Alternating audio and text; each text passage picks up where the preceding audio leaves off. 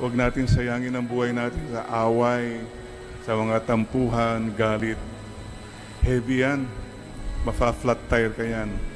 Magpagaan lang tayo.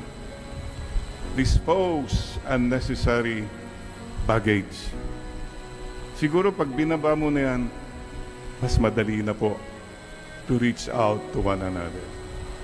Let us seek not so much greatness in this life, but kindness. You're always talking about greatness.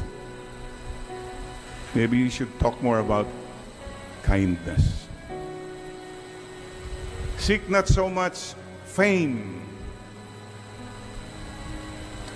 Maybe it's better to seek a good name.